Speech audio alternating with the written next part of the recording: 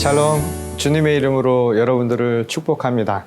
자, 오늘은 로마서 강의 16번째 시간입니다. 오늘도 여러분 성경책과 그리고 필기도구를 앞에 꺼내 놓으시고 우리 함께 이 사도 바울의 이 로마서를 함께 살펴보도록 하겠습니다. 우리가 지난주까지 이야기들을 또 잠시 한번 살펴보면 이 사도 바울에게 있어서 그 로마서의 가장 핵심되는 이야기가 될 수 있겠죠. 그것은 구원이라고 하는 것, 그래서 하나님으로부터 의롭다함을 여김받는 것은 인간의 행위를 통해서 우리 스스로 만들어낸 결과가 아니라는 것, 오직 믿음으로만 얻을 수 있다는 사실을 사도 바울은 재차 강조를 하고 있었죠.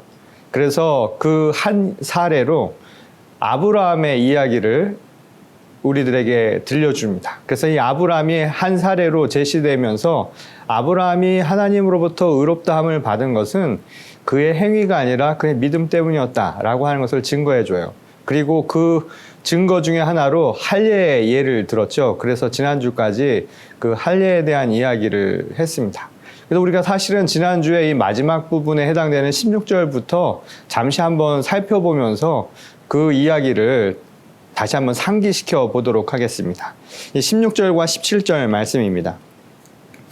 그러므로 상속자가 되는 그것이 은혜에 속하기 위하여 믿음으로 되나니 이는 그 약속을 그 모든 후손에게 굳게 하려 하심이라. 율법에 속한 자에게 뿐만 아니라 아브라함의 믿음에 속한 자에게도 그러하니 아브라함은 우리 모든 사람의 조상이라. 기록된 바 내가 너를 많은 민족의 조상으로 세웠다 하심과 같으니 그가 믿은 바 하나님은 죽은 자를 살리시며 없는 것을 있는 것으로 부르시는 이시니라. 자, 이 16절의 시작에 어떻게 시작이 되냐면 상속자가 되는 그것, 이렇게 시작이 되고 있죠. 이 상속자가 된다라고 하는 것은 결국 하나님의 나라의 유업을 이어받는 거예요. 이것은 어떻게 보면 살아서 우리가 하나님의 자녀로 살아가는 모습이 될 수도 있겠죠. 그렇게 표현한 말일 수도 있겠죠. 근데 또 다른 한편으로 우리 개인적으로 보게 되면 하나님의 상속을 유업받는 상속자가 된다라고 하는 것은 하나님의 자녀가 된다라는 것을 의미하는 것이고, 또 하나님의 자녀가 된다라고 하는 것은 구원의 증표라고 하는 것을 우리에게 알려주는 것이죠. 그러니까 이 이야기는 같은 말이라고 할 수 있습니다. 근데 이 구원이라고 하는 것, 상속자가 된다라고 하는 것은 하나님이 베푸신 은혜라는 거예요. 이게 이제 사도 바울이 계속해서 반복적으로 하는 말입니다. 이 표현이 좀 다르게 나왔는데 상속자가 되는 그것이 은혜에 속하기 위하여 믿음으로 된다라고 표현을 했어요. 이 말은 상속자가 되는 것은 인간의 행위를 통해서 그 결과로 얻어지는 것이 아니라 하나님께서 베푸신 은혜라는 것, 은총이라고 하는 것을 사실상 말해주고 있는 대목입니다. 그래서 이 말을 거꾸로 지금 표현을 한 건데, 재미있게 표현을 한 건데, 상속자가 되는 그것이 은혜에 속한다라고 이야기를 한 것은 상속자가 되는 은혜라는 거예요. 그거 자체가. 그런데 그것을 자기 것으로 만들기 위해서 필요한 게 뭐냐면 바로 믿음이다라고 이야기를 한 것이죠. 지금 이야기한 것에 사실 수동형과 그리고 능동형을 바꿔서 생각을 해보면 결국 이렇게 됩니다. 상속자가 되는 은혜가 내 것이 되기 위해서는, 곧 은혜 안에 자기가 속하기 위해서는 필요한 게 뭐냐면 믿음이라는 거예요. 결국 이 이야기는 뭘 얘기해 주냐면 믿음으로 우리가 하나님으로부터 구원을 얻는다. 그 구원이라고 하는 것은 하나님의 은혜라는 거예요. 그래서 그 은혜에 속하기 위해서 필요한 게 결국은 우리의 믿음이다라고 하는 것을 말해주는 것이죠. 그리고 그 뒤에 부분은 결국 그 은혜의 약속, 그 약속이라고 하는 것은 구원의 약속이잖아요. 그것을 은총, 은혜라고 표현을 한 것인데 이것은 아브라함에게만 준 것이 아니라 모든 후손들, 모든 이들을 그 대상으로 삼고 있다라는 겁니다. 이게 이제 16절, 17절 우리가 지난주까지 했던 이야기의 핵심 사항이라는 거예요. 요약하자면 하나님이 우리를 구원하신다라고 하는 그 약속은 은혜라는 거예요. 근데 그 은혜에 속하기 위해서, 곧 은혜를 내 것으로 만드는 거예요. 바꿔 얘기하면 그 은혜를 내 것이 되게 만들기 위해서, 곧 내가 구원의 사람이 되기 위해서 필요한 것은 내 행위가 아니라 믿음이다 라는 겁니다. 그런 의미에서 아브라함은 믿음의 조상이라는 거예요. 그리고 그 믿음을 통해서 하나님으로부터 의롭다함을 얻는 것, 곧 상속자가 되는 축복을 얻은 것이죠. 그리고 그것은 아브라함에게만이 아니라 그러한 믿음을 가진 모든 이들을 대상으로 하고 있다는 거예요. 믿음이 있는 자들, 믿음에 속한 자들, 그래서 아브라함의 자녀가 되는, 아브라함의 후손이 되는 축복을 얻게 되는 결과가 바로 그 구원을 얻게 되는 기쁨이라는 것이죠. 이게 바로 사도 바울의 이야기입니다. 그래서 이 아브라함은 믿음에 속한 모든 자의 조상으로 이야기를 하는 거예요. 그런데 오늘 이 본문 말씀 우리가 읽었던 17절을 보게 되면 재밌는 표현이 나오죠. 곧 하나님을 향한 그의 믿음이 어떤 것이었는가. 다시 말해서 그의 믿음의 대상이었던 하나님을 그는 어떻게 생각했는가 하면 죽은 자를 살리시고 없는 것을 있게 만드신 분으로 믿었다는 거예요. 자, 죽은 자를 살린다라는 게 뭘까요? 이 부활에 대한 이야기죠. 이 당시 사도 바울이 이방 사회 전파를 하면서 특히 예수 그리스도를 전파하는 데 있어서 핵심 키워드는 뭐였냐면 부활이에요. 복음의 핵심이죠. 부활이라는 것. 그리스도의 부활을 통해서 우리가 생명을 얻은 것이잖아요. 우리의 죄를 대속하시고 그 은총으로 말미암아 우리가 살게 되었다라는 것. 그 핵심은 바로 부활에 있었다라는 거예요. 그것을 사람들에게 전파하고 다녔다 이 말인 겁니다. 이것을 가능하게 해주신 분이 누구냐면 바로 하나님이었다는 거예요. 그리고 그 하나님은 없는 것을 있게 만드신 창조의 하나님이라는 걸 얘기해 주죠. 곧 부활과 생명에 대한 이야기를 해주는 겁니다. 아주 기본적인 거예요.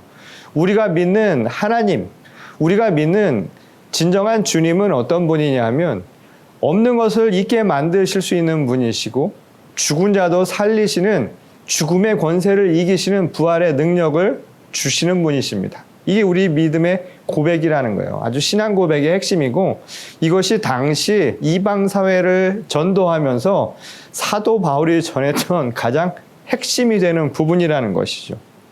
자, 그런 의미에서 이 아브라함이라고 하는 사람의 이 특징을 보게 되면 우리가 다시 한번 지금까지 한 거를 요약을 하면 아브라함은 하나님과 최초의 언약을 맺은 사람으로 성경에서 이야기를 하고 있죠.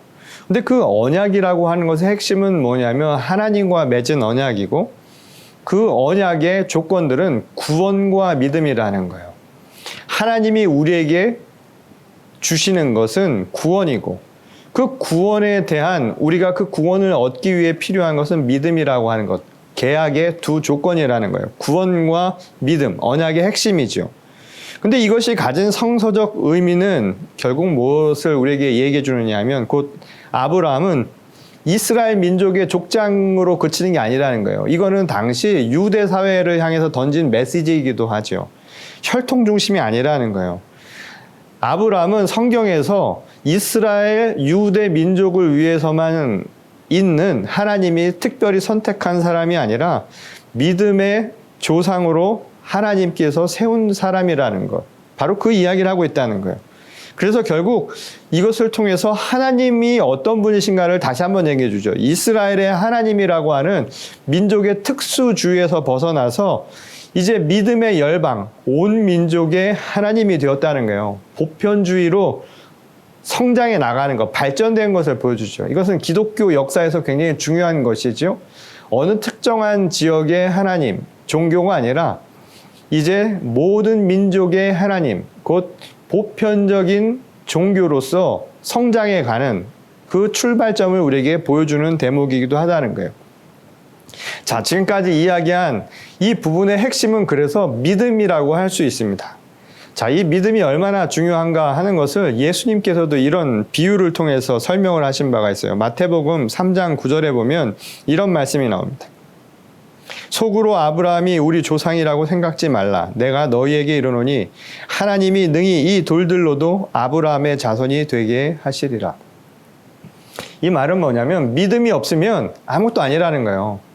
하나님이 작정하시면 돌들도 만들 수 있다는 거예요. 돌로도 만들 수 있다는 거예요. 그러니까 말하자면 인간의 능력으로, 인간의 행위로 되는 게 아니라는 걸 얘기를 해주는 거죠. 착각하지 말라는 거예요. 하나님이 원하시고 하나님이 결정하시면 돌도 만들 수 있는 거라는 거예요. 그러니까 우리한테 필요한 것은 믿음 하나뿐이라는 거예요. 그러니까 그 믿음은 뭐냐면 이 산을 저 산으로 움직일 수 있는 그런 믿음인 거예요. 불가능한 것을 가능하게 만들 수 있다라는 그 믿음만 있으면 된다라는 거예요. 왜냐하면 하나님이 없는 것을 있게 만드시는 분이시고 죽은 자도 살리시는 하나님이시니까 우리가 그걸 믿는 믿음으로 말미암아 구원을 얻게 된 것이지 내가 무엇을 해서 행했다. 또 내가 어떤 혈통을 받아서 특별한 사람이어서 구원을 얻은 것은 결코 아니라는 것을 이야기해 주는 것이죠. 자, 우리 오늘 뒤에 본문 말씀을 또 같이 한번 읽어보겠습니다. 18절부터 마지막 25절까지 읽어보겠습니다. 아브라함이 바랄 수 없는 중에 바라고 믿었으니 이는 내 후손이 이 같으리라 하신 말씀대로 많은 민족의 조상이 되게 하려 하심이라.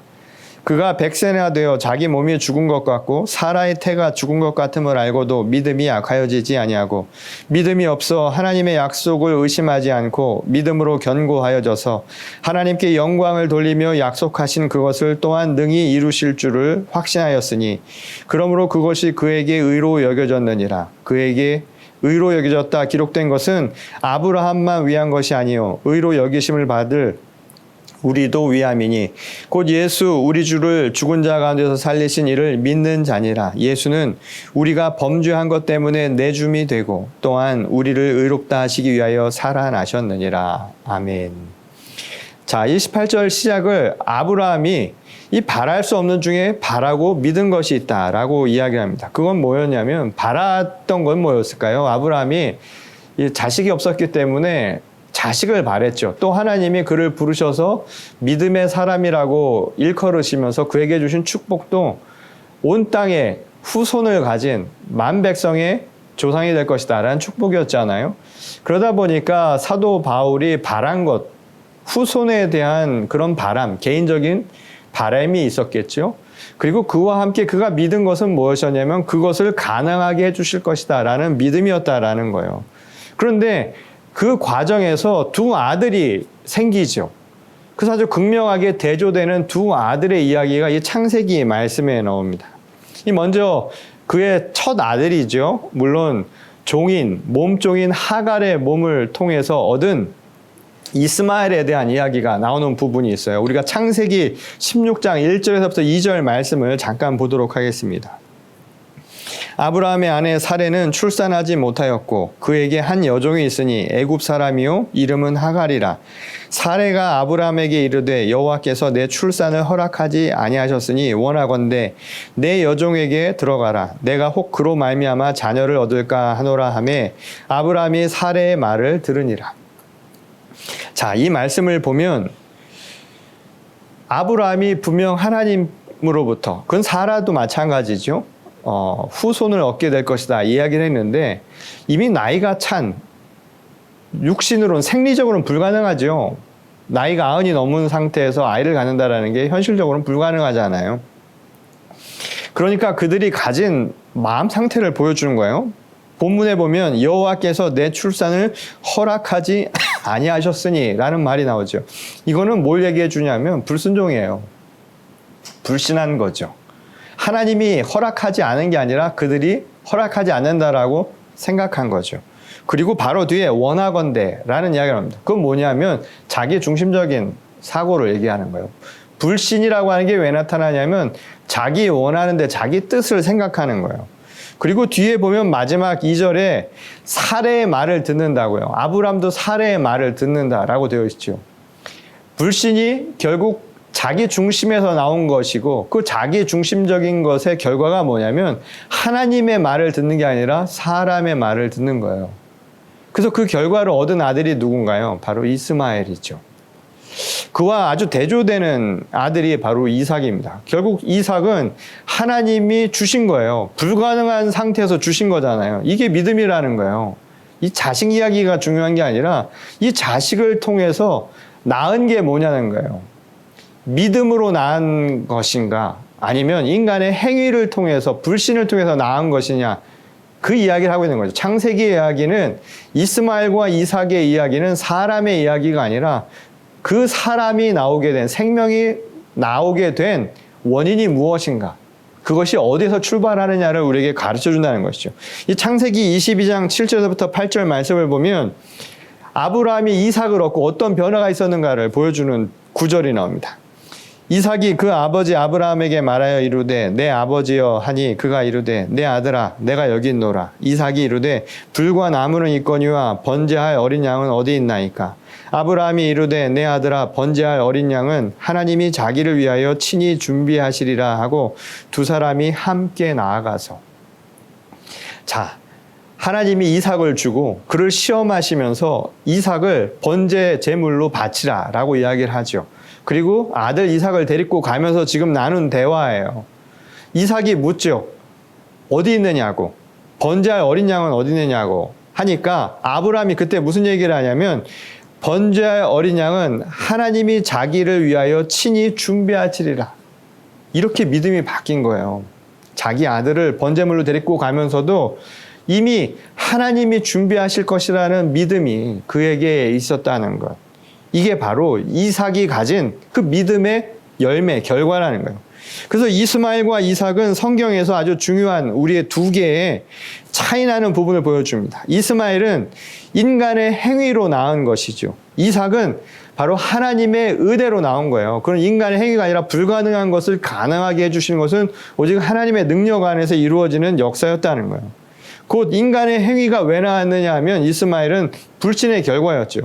반면에 이삭은 믿음의 열매로 얻게 된 것이다 라는 겁니다. 이게 바로 그 둘 간의 차이라는 거예요. 그래서 이러한 믿음을 통해서 아브라함이 결국 그의 아들을 제단에까지 올릴 수 있었다는 것이죠. 이것은 하나님에 대한 믿음이 없이는 불가능했다는 거예요. 이게 바로 아브라함의 믿음이라는 것이죠. 그리고 이 믿음이 바울은 굉장히 중요하다라고 우리에게 강조하는 것이 이 믿음이 아브라함과 우리를 연결하는 고리라는 거예요. 혈통이 아니라. 지금 우리랑 무슨 상관이 있어요? 네? 그 수천 년 전에 아브라함이랑 저희랑 무슨 상관이 있나요? 그 중동에 있는. 아무 상관이 없죠. 믿음이 없다면 그렇다는 거예요. 믿음 때문에 아브라함과 우리가 하나의 관계를 맺게 되었다라는 겁니다. 믿음의 공동체를 이루게 된 것은 혈통이 아니라 곧 아브라함이 보여준 믿음을 우리도 그 믿음의 유산을 물려받으면 똑같이 된다는 거예요. 그게 바로 아브라함이 하나님으로부터 상속자가 된 것처럼 그 믿음의 유산을 물려받은 우리도 믿음의 상속자가 될 수 있다는 겁니다. 그래서 우리가 중요한 것은 뭐냐면 아브라함이 믿음의 조상인가 우리의 조상인가 이런 거 따질 필요 없다는 거예요. 그거 굳이 뭐 연결시키려고 할 필요가 없이요. 더 중요한 질문은 뭐냐면 과연 우리가 정말 그 믿음의 유산 상속을 받은 사람처럼 사느냐가 중요한 거죠. 내가 믿음의 자녀인가를 돌아보면 된다는 거예요. 그 사람이 믿음의 조상인가를 살펴보려 하지 말고 내가 지금 믿음의 자녀로 살고 있는가를 묻는 게 우리에겐 더 중요한 부분이라는 것이죠. 우리 옛말에 그런 말이 있죠. 호랑이는 죽어서 가죽을 남기고 사람은 죽어서 이름을 남긴다라고 이야기를 하지 않았습니까? 이 말을 바꾸면 믿음의 상속자는 죽으면 그 믿음이 남겨져야 한다는 거예요. 사람들의 기억 속에 그 믿음이 얼마나 깊이 의미 있게 남는가를 우리는 살펴보면서 살아야 된다는 거예요. 그게 바로 인생의 핵심이라는 겁니다. 그런 의미에서 저는 우리 교회도 믿음의 유산을 물려줄 수 있는 공동체가 되어야 한다. 우리 산타클라라 교회만이 아니라 이 시대의 모든 교회에 똑같이 주신 하나님의 명령이라는 거예요. 믿음의 유산을 물려줄 수 있는 공동체가 되자는 거죠. 그럼 믿음의 유산을 물려주는 공동체가 되기 위해서 뭐가 필요할까요? 여러분, 말씀의 뿌리를 내리는 공동체가 되어야 합니다. 뿌리가 튼튼하지 않으면 어떤 바람에도 흔들리기 마련이에요. 이번 주간 10월 31일이죠. 뭐 우리는 할로윈으로만 지키는데 그날은 성도들의 날입니다. 모든 성도들의 날이고 또 그것이 바로 교회 종교 개혁의 아주 핵심이 되는 기념비적인 역사적인 사건이 있었던 주일이기도 하죠. 우리가 믿음의 뿌리가 없으면 언제든지 우리는 개혁의 대상이 될 수도 있다는 거예요. 그런데 믿음의 뿌리가 내리기 위해서 우리에게 필요한 것은 뭐냐면 말씀이 있어야 된다는 거예요. 말씀 중심으로요. 근데 이 말씀의 중심이 된다고 해서 문자주의적인 율법주의적인 신앙을 말하는 게 아니에요. 오히려 말씀의 뿌리가 생기면 진리가 너희를 자유롭게 한다고요.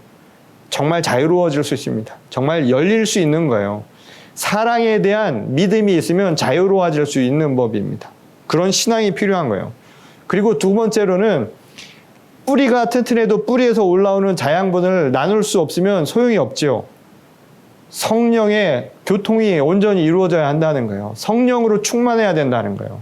혈관이 막히면 아무 소용이 없는 것처럼, 건강에 문제가 일어나는 것처럼 성령의 교통이 이루어질 수 있어야 한다는 겁니다. 그래서 우리는 날마다 성화된 신앙생활을 해야 하는 거예요. 그래서 예배와 기도로 하나님과의 교통을 멈추지 말아야 한다는 겁니다.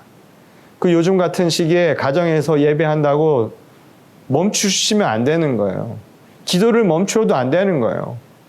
그래서 우리는 거룩한 습관들을 길러야 되는 겁니다. 쉽지 않죠? 그러나 그것이 우리를 살린다고 생각해 보십시오.